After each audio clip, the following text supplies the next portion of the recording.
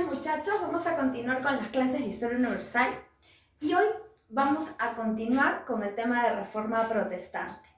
Ya nosotros hemos visto cómo Lutero, Calvino y Enrique VIII van a ocasionar la ruptura de la cristiandad, generándose iglesias como la luterana, la calvinista, la anglicana, ¿no? Hemos visto cómo es que ellos se levantan, ¿no? En especial Martín Lutero, en contra de la venta de las indulgencias, provocando crisis y caos dentro de la iglesia, que los llevó a analizar, ¿no?, ciertos errores que se habían venido cometiendo.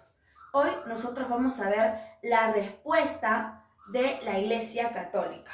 Vamos a hablar hoy de la llamada Contrarreforma. Nosotros vamos a ver hoy día la Contrarreforma Católica. Vamos entonces a colocar nuestro título para hablar de la respuesta de la Iglesia.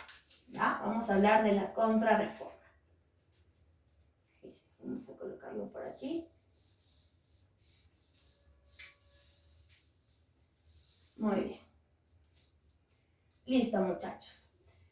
¿Y a qué llamamos entonces Contrarreforma? Nosotros ya hemos visto esta primera parte, ¿no?, que dijimos que fue un movimiento religioso. La Reforma Protestante fue un movimiento religioso que provocó la ruptura de la cristiandad, como influencia del humanismo y el Renacimiento, que colocó, recuerda, al hombre como lo más importante y a la razón por encima de la fe.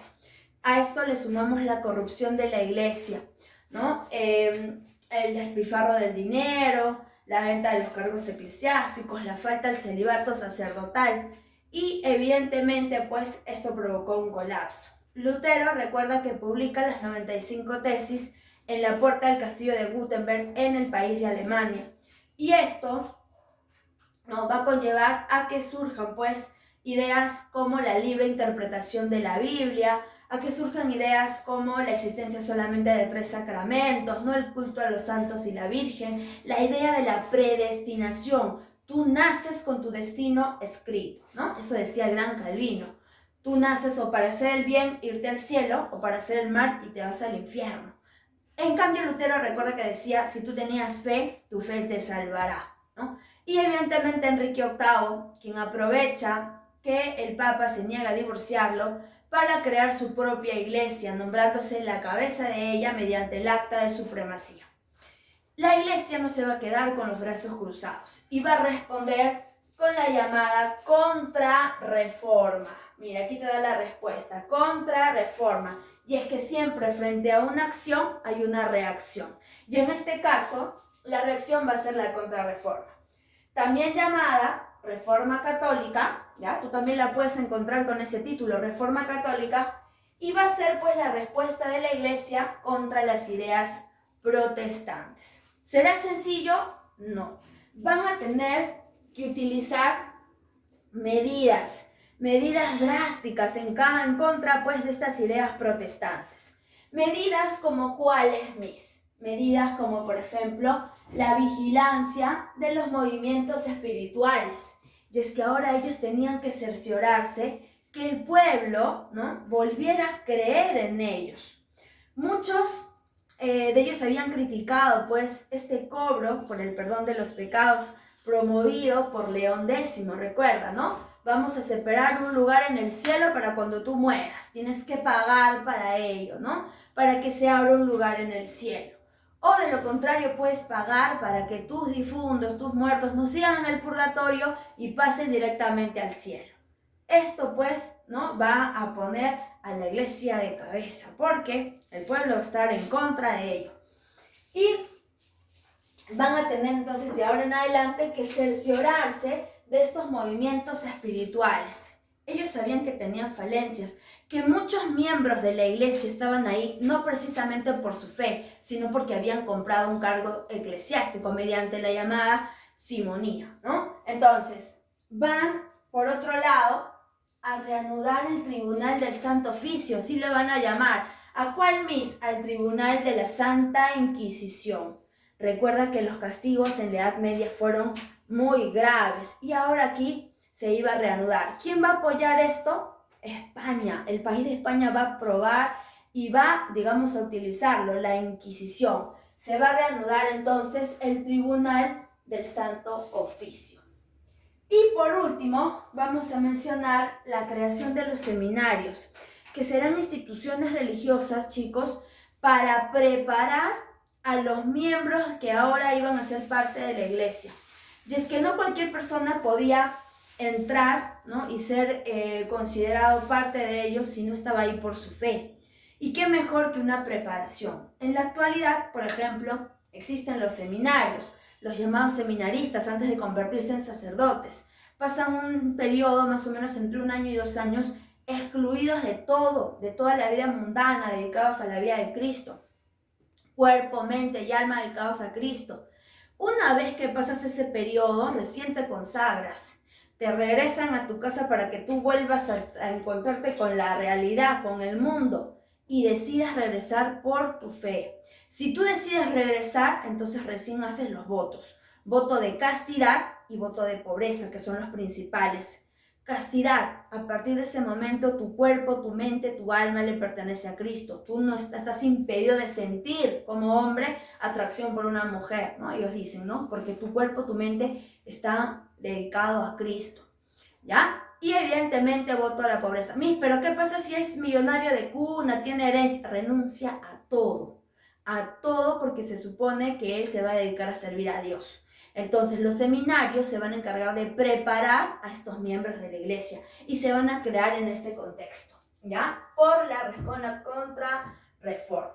Entonces esta va a ser una de las medidas importantes que va a utilizar la iglesia. ¿Para qué? Para nuevamente ganar a los adeptos, porque el pueblo estaba pues digamos, no estaba muy contento con las decisiones que se habían venido tomando. Ahora, para concretizar estas medidas, se va a desarrollar un concilio importante en este aspecto, el llamado Concilio de Trento. No te vayas a olvidar, ¿ya? Concilio de Trento. Vamos a colocarlo por aquí. El llamado Concilio de Trento. Listo. ¿Por qué va a ser importante este Concilio de Trento? Bueno, este Concilio de Trento va a ser convocado, ¿ya?, por un papa. Si León X fue el culpable de que el pueblo se levantara y provocó la ruptura de la cristiandad, pues ahora él, Pablo III, se va a encargar de solucionar este gran problema. ¿Qué va a hacer Pablo III?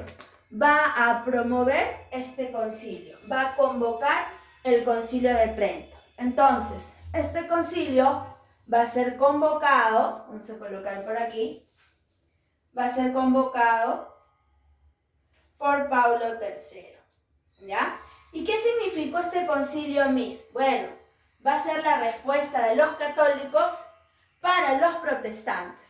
Mira, tú tienes tu idea, que la fe te salvará, que naces con tu destino escrito, pero la única verdad es la que Cristo le dejó encargada a Pedro, ¿no? Pedro, sobre ti edificaré mi iglesia. Entonces, el jefe de la iglesia es único, es el Papa. El primer Papa fue Pedro y no hay más verdad que ella.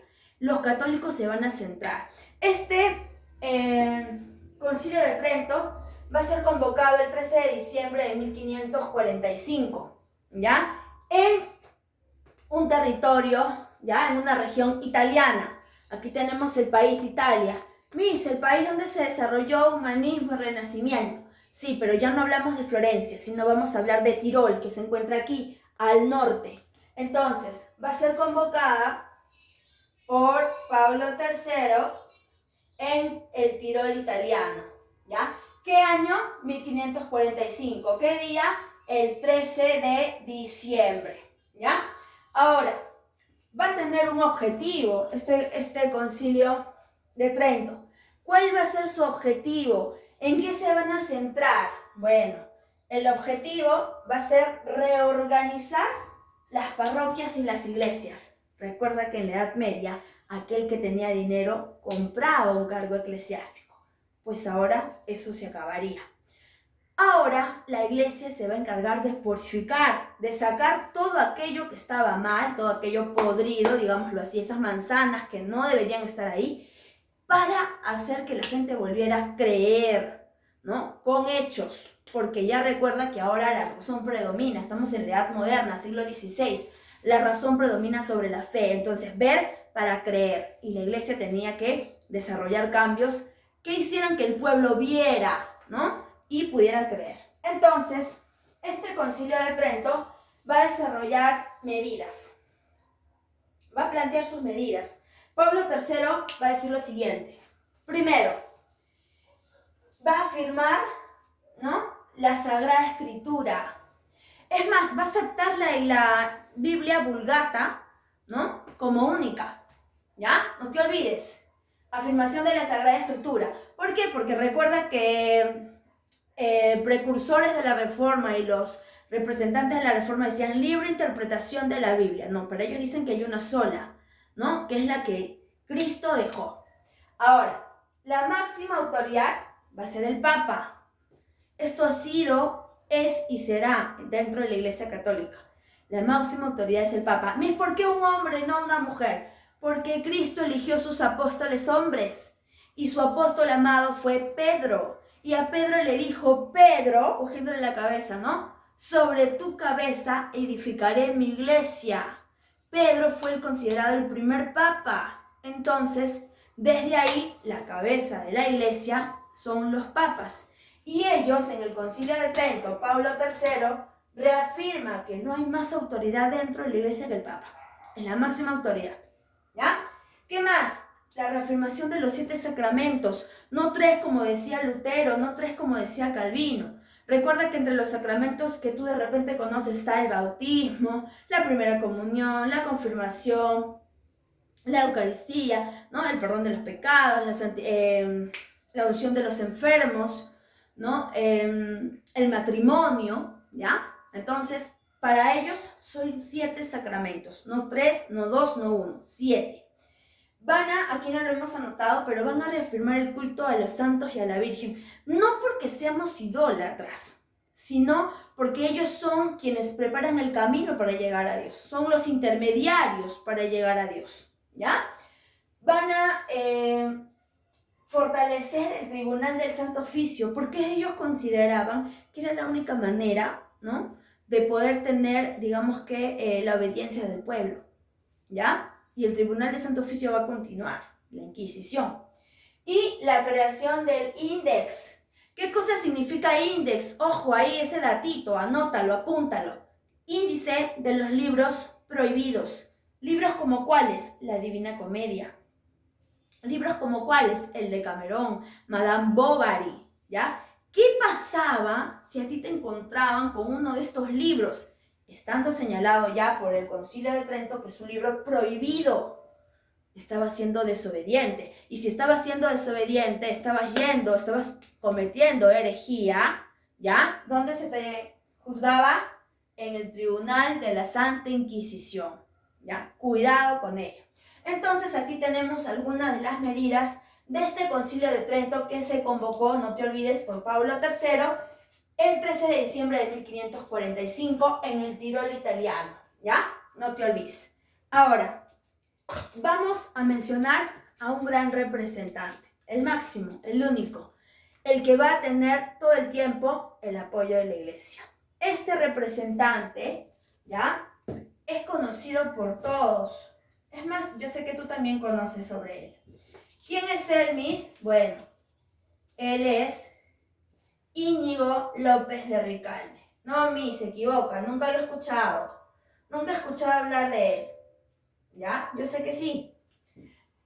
Íñigo López de Ricalde es su nombre original, pero nosotros lo conocemos como San Ignacio de Loyola. Miss, ¿hay una universidad en su nombre? Sí, Ignacio Loyola. Él, chicos, nació en el castillo de Loyola, en Azpeitia, ya en Pirineos, el 24 de diciembre de 1491, ¿ya? Él va a ser un militar, va a estar dedicado a la vida militar. Sin embargo, en el año 1521, en la batalla de Pamplona, va a sufrir un accidente que lo va a llevar a estar en un estado grave, donde él va a analizar, ¿no?, los hechos que había, todas digamos, las obras que él había venido cometiendo, los hechos, los actos, ¿no? Y va a tener un momento, ¿no?, para recuperarse, donde se va a encargar de leer pura literatura religiosa, ¿no? Y en base a ello va a determinar que si su vida se salvaba, iba a dedicarle, ¿no?, todos los días que le quedaran al servicio de Dios. Él siempre, digamos, estuvo enfocado a la obediencia al Papa. Y él va a escribir, pues, Ejércitos Espirituales, donde nos va a mostrar el modo, el orden para poder meditar y orar, ¿no? Y así encontrar, pues, la manera de hacer la voluntad de Dios, ¿ya? Él va a ser canonizado por el Papa Gregorio XV en el año 1622. Ahora, fue canonizado porque él se convierte en sacerdote en el año 1537. Él va a ser un miembro de la iglesia y va a tener el respaldo en todo momento del Papa Pablo III. Entonces, aquí tenemos al máximo representante, ¿ya? Él es Ignacio de Loyola, ¿ya? Ignacio de Loyola. Ahora, ¿cuál va a ser su objetivo de Ignacio de Loyola? Difundir los conocimientos de la Iglesia Católica.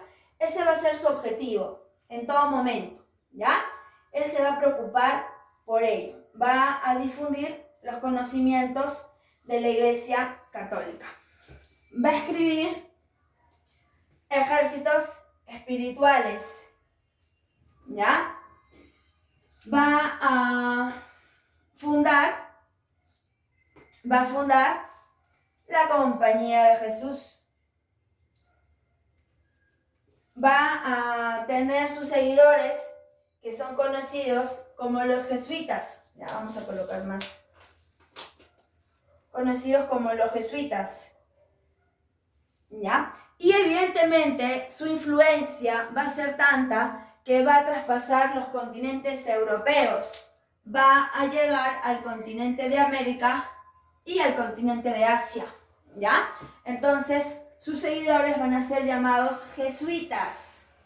Y es en este contexto donde se van a crear las llamadas órdenes religiosas. Ya existían órdenes antes, claro. Con las cruzadas, recuerda que se crearon la orden de los templarios y los hospitalarios. Ahora se van a crear órdenes como, por ejemplo, la orden, ¿ya?, de los jesuitas, la orden de las ursulinas.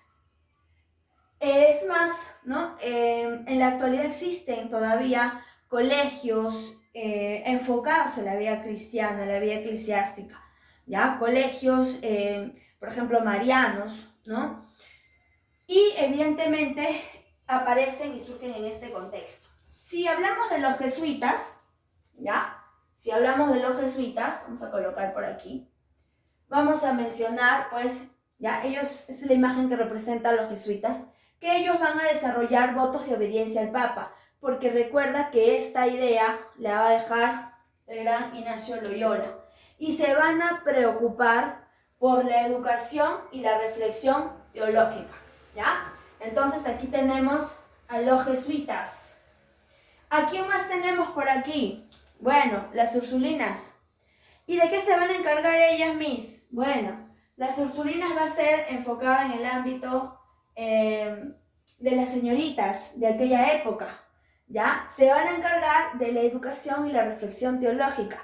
De aquí aparecen los colegios femeninos, donde evidentemente te enseñaban, ¿no?, a convertirte en una dama con creencias religiosas, ¿no? El respeto al varón, a tu esposo, a tu familia, a estar consagrada a ellos, ¿ya? Entonces van a aparecer estas órdenes religiosas en este contexto. Entonces, ¿cómo vamos a retomar estas ideas? Vamos a decir, ¿no?, que la contrarreforma es la respuesta de la Iglesia Católica contra las ideas protestantes. ¿Qué van a convocar? El Concilio de Trento. ¿Quién la convoca? El Papa Pablo III. ¿En dónde? En el Tirol italiano. ¿En qué año? En el año 1545. ¿Con qué objetivo? Reorganizar las parroquias y las iglesias. ¿Qué es lo que plantean? La máxima autoridad, el Papa, los 7 sacramentos, el culto a los santos y la Virgen, ¿no? La existencia de la Biblia Vulgata.